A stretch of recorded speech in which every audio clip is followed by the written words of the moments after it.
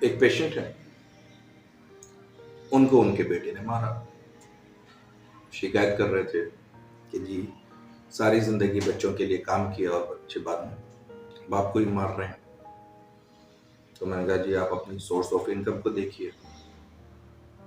اچھا کیونکہ back ground مجھے بھی پتا تھا تو وہ بھی تھوڑا سا شرمندہ ہو گئے کہ جو سورس آف انکم ان کی تھی وہ حرام کی تھی، حرام کی کمائی سے بچے کو پالا، اس کو تعلیم دی، بچہ ہائیلی ایجوکیٹڈ ہو گیا. ہم لوگ کے یہاں تو تعلیم ڈگری کے حساب سے، لیکن سوسائٹی کے اندر تعلیم یافتہ کا مطلب ڈگری نہیں ہوتا.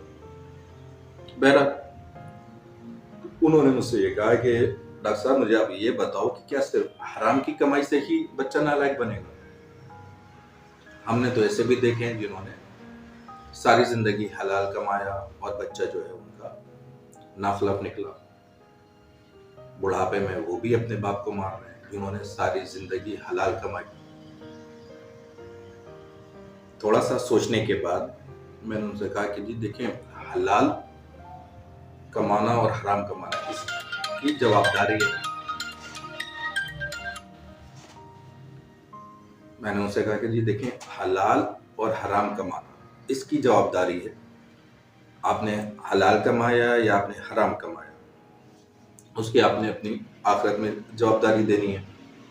بہت زیادہ چانس ہے کہ جی حرام کمانے والے جو ہیں ان کی اولاد اسی حساب سے بگڑتی ہے، کیونکہ آسائشیں حد سے زیادہ بڑھ جاتی ہیں.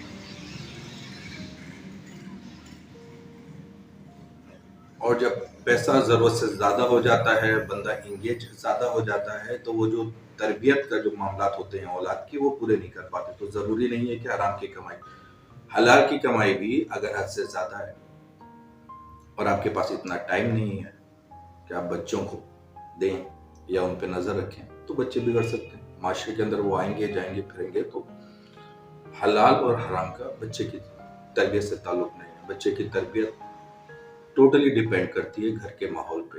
مرد اگر باہر جا رہا ہے، پیچھے عورت ہوتی ہے. عورت کس طرح سے بچوں کو ایجوکیٹ کر رہی ہے، ان کی کاؤنسلنگ کر رہی ہے.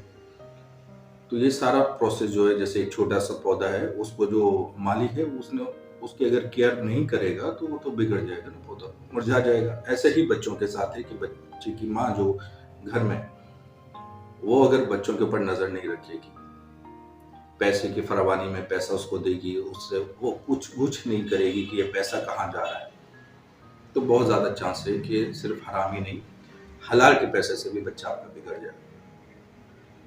باقی یہ اللہ آپ کو یہ توفیق اور ہدایت دے کہ آپ اپنے بچوں کی نشو و نما بہتر کر سکے، تاکہ آنے والا معاشرہ جو ہے وہ بہتر بن سکے. ورنہ جو آثار نظر آ رہے ہیں آنے والے دنوں میں، صرف کرمنلز کے نہیں، شریف لوگوں کے بچے بھی بدماش ہو جائیں گے. والسلام، ڈاکٹر فیصل امام.